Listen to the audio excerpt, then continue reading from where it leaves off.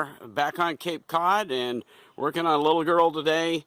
And today it's all about the rudder shoe and seeing what we can do. It's a little bit of a concern here because when I got the boat, I was paying very little attention to some of the particulars on the outside of it. I mean, I just kind of looked at the inside. I think that's the way a lot of us guys are. We're, concerned about all of it, obviously. But this is one of my concerns.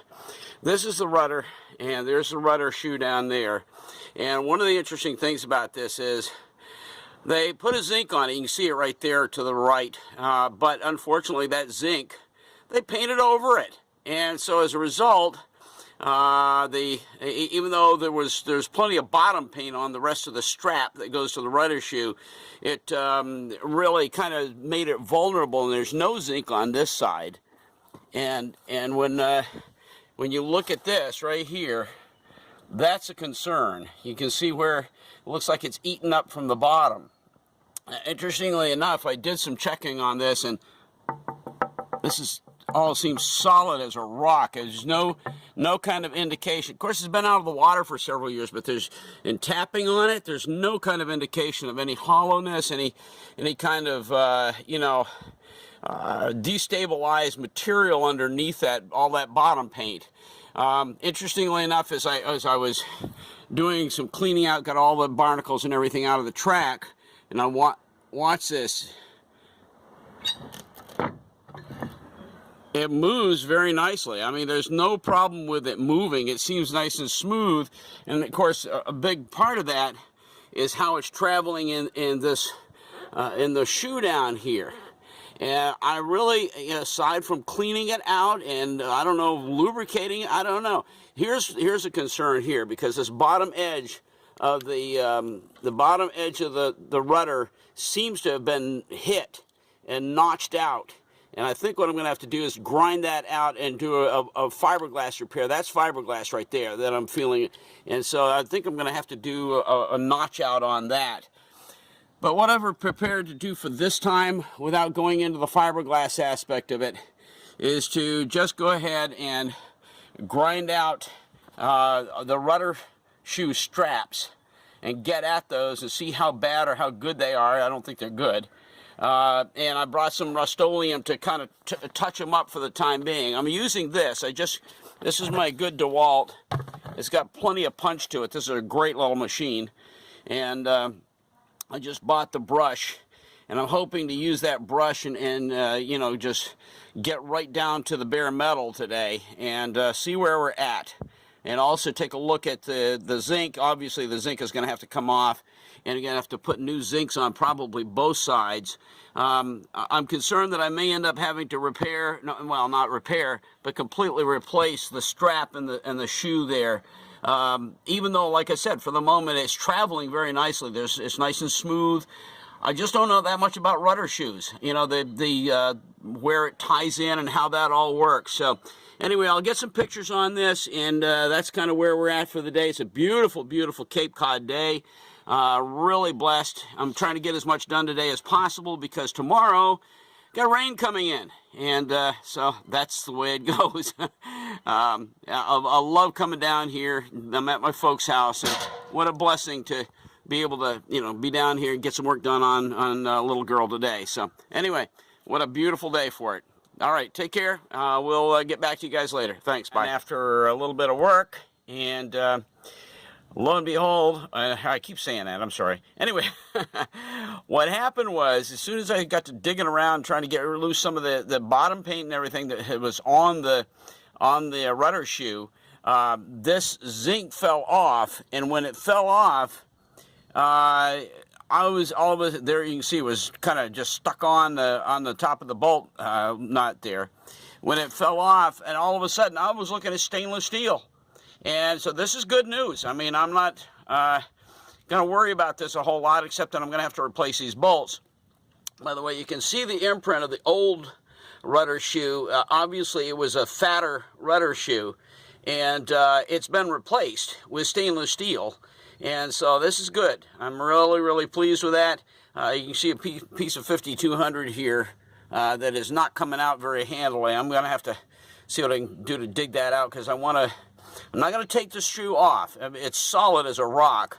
And so what I'm going to do is just re-caulk everything around there with some decent caulking that can withstand, you know, being below water, and then put some new bottom paint on it. But all the way around here, this shoe is all stainless steel. You can tell it's in really nice shape. The two straps are welded onto the bottom of a stainless steel pipe, and this is a stainless steel shaft coming down out of the down from the tiller head. So anyway, what we're going to do, I've got to take these bolts out. These are not stainless bolts, I don't think. I went to take this one out, and there wasn't anything in there. I started driving it, and that is a hole that goes straight through, so I'm going to be putting a new stainless steel bolt through there. They're going to cost me a couple of bucks, but anyway. Then on the other side, I started driving from this side,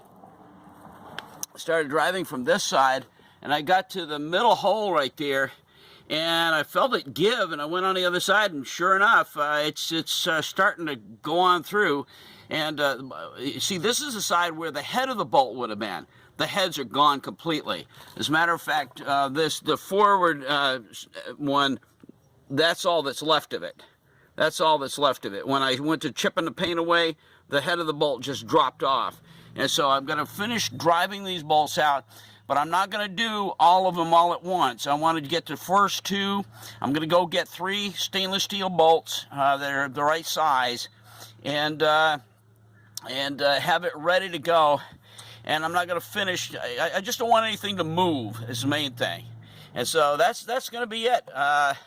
If we get that much done today, I consider it a huge step forward. At least we know now what we're working with.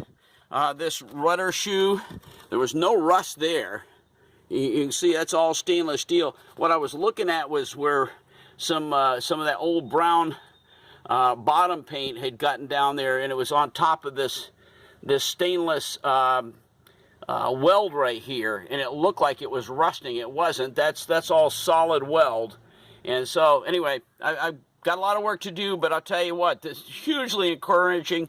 At least we're not having to replace an old iron strap. It's all stainless, and I'm just gonna get all brand new stainless steel bolts and put them in, and I think we're going to be good to go on this. Then we just kind of rebed it or re-caulk it all around and get new bottom paint when we're time for that. All right, good news. Just wanted to share that, and we'll get back to you later. Finally, after a whole day of working on this silly thing, I drove the 2 bolts out of the bottom of the keel through the shoe. You can tell these have had it. By the way, these are the nut sides. The heads are gone. They're completely gone. But I drove them out, and they weren't that difficult to drive out because the bolts had been disintegrating. These are not stainless steel bolts, obviously. They were just going all to pieces inside the keel. So I got those all driven out of there. I got all 3 holes completely cleaned out. There was nothing in the back hole. There was no bolt in it. And so here we are, everything all cleaned up, and 3 brand new stainless steel bolts driven through the keel, the skeg of the keel, and the shoe. This all cleaned up very nicely. It's all stainless steel here, and it's some pitting on this, and I've never seen that on a stainless steel piece. I guess it does happen. But anyway, all 3 stainless steel bolts. Now the thing is, the one at the back here is 2-inch, but and going forward, the keel tapers to larger. I'm sorry, it actually tapers from forward to aft. And so over on this side, the 2-inch bolt at the very back is perfect in size, perfect in length. But the other 2, I had to get 2.5-inch, and I'm going to have to grind them off, or you know, cut them off and grind them, and to get them to fit properly. But the good news is this is all stainless. I'm not going to worry about this anymore. I'm going to wait till I get my caulking from another source, because if you walk into West Marine up here, the caulking up there is $25 a tube for Sikaflex. You can buy the same thing at Jamestown Distributor, and I'm going to get a $50 order, so it doesn't cost me anything to ship it. $50 worth, and I'm going to get a couple of tubes of Sikaflex and some fiberglass supplies, and the whole thing, I'll get it shipped to me for free. The Sikaflex will cost me $14 a tube instead of $25 a tube, like it is up at West Marine. So it only makes sense. But in the meantime, this all came out great. Just a super day.